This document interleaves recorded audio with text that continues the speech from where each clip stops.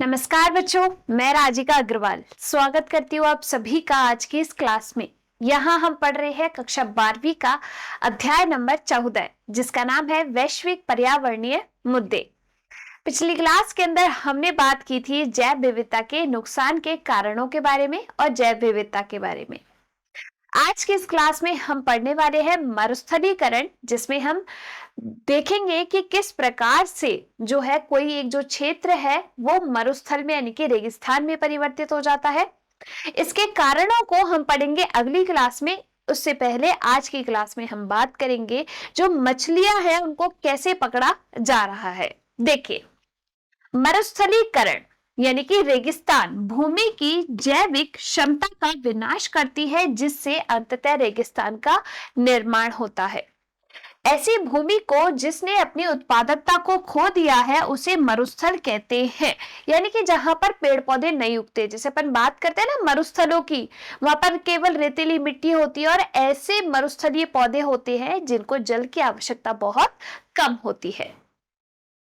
पृथ्वी के एक स्थलीय क्षेत्र का एक बहुत बड़ा भाग 132.4 मिलियन स्क्वायर किलोमीटर क्यूब मरुस्थल का सामना कर रहा है, जो मानव गतिविधियों के लिए भूमि संसाधनों का स्वार्थ साधन तथा कुप्रबंधन के कारण है। यानी कि हमारी गतिविधियों की वजह से ही इस पृथ्वी पर पेड़ पौधे नष्ट हो रहे हैं, जैव विविधता नष्ट हो रही है। देखिए, उच्च तकनीक द्वारा मछली पकड़ना, सबसे पहले इसके बारे में आज की क्लास में हम बात करते हैं। देखो, सुधारित तकनीकों जैसे कि रडार, सोनार, इलेक्ट्रॉनिक उपकरण, नौ संचालन, अन्य सुविधाओं की सहायता से जो है मछलियों के झुंड को एकदम ठीक जगह ढूंढ सकते हैं कि यहाँ पर ये मछलियां रहती है और उनको पकड़ा जा सकता है। इससे मछली पकड़ने की क्षमता बढ़ जाती है। अब इसमें ऐसी कई बड़ी मछलियां भी पकड़ ली जाती हैं जिनकी संख्या बहुत कम है। इस प्रकार के पकड़ने के कारण उच्च क्षमता वाली मछलियां भी पकड़ी जाती हैं। इस उच्च क्षमता की मछलियां जिसे पकड़ने के लिए उसका जीवन चक्र को पूरा करना जरूरी है। इस प्रकार यह पीढ़ियों की क्षति के कारण को बढ़ावा देती है। तो जिनकी संख्या कम है, उच्च क्षमता वाली है, उन मछलियों को भी इन तकनीकों के द्वारा यहाँ पर पकड़ा जा सकता है। सुधारित एवं वास्तविक जलीय संवर्धन तकनीकों से बहुत सारी मछलियों को पकड़ते हैं, इसकी तुलना में वह दोबारा जनन कर सके, यानी कि दोबारा जो नई पीढ़ियां हैं उनको जन्म दे सके। इससे जैव विविधता की क्षति को बढ़ावा मिल सकता है। इसके परिणाम स्वरूप बड़ी संख्या में नई प्रजातियों की मछलियां पकड़ी जाती हैं।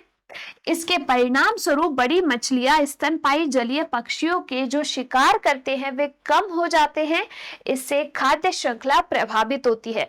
यानी कि आप कुछ भी कर लीजिए, परितंत्र में अगर किसी भी पोषी स्तर के जीवों के साथ छेड़छाड़ करते हैं तो जो पूरा परितंत्र है वो अस्थायी हो जाता है।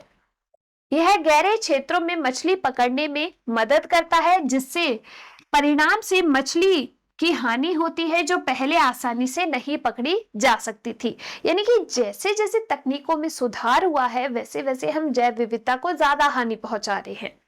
समुद्री मछली पकड़ने से ईल, इल्वर के अस्तित्व को खतरा हो जाता है। मछली फार्मों से बड़े मैंग्रोव वृक्षों को नुकसान पहुंचता है। इससे मैंग्रोव की जड़ों में रहने वाली मछलियों के आश्रयों की हानि का कारण हो जाता है। कुछ मछलियां एवं अन्य खाद्यशील जानवर जैसे कि क्रेफिश का संवर्धन अन्य प्राकृतिक मछलियों को असंतुलित करने की कीमत पर करते हैं। बहुत से प्रकार के पक्षी यानी कि जलीय स्तनधारी और सरीसृप अनावश्यक रूप से जालों में मछली पकड़ते समय पकड़ लिए जाते हैं और उनके भंडार भी समाप्त होने लगते हैं। ऐसा तो नहीं है कि उस जलीय तंत्र के अंदर केवल और केवल मछली पाई जाएगी, अन्य जलीय जीव भी होंगे, उनको भी इन तकनीकों के द्वारा जो है पकड़ लिया जाता है, जिसकी वजह से उन मछलियों के साथ साथ अन्य जो प्रजातियां हैं वो भी नष्ट होती हैं। क्लियर? तो यहाँ पर केवल हमने एक छोटा सा टॉपिक पढ़ा है जिसमें हमने देखा है कि उच्च तकनीकों के द्वारा किस प्रकार से मछलियों को पकड़ा जाता है और इसकी वजह से हमारा परितंत्र कैसे अस्थायी होता है। अगली क्लास में हम बात करेंगे जो रेगिस्तान बन रहा है, मरुस्थल हो रहे हैं ज्यादा, उसके क्या कारण है। अगर आपको क्लास पसंद आई है, आप इस क्लास को लाइक कीजिए। जो भी डाउट्स है वो आप कमेंट सेक्शन के अंदर लिख सकते हैं। हम मिलेंगे अगली क्लास में, तब तक के लिए धन्यवाद।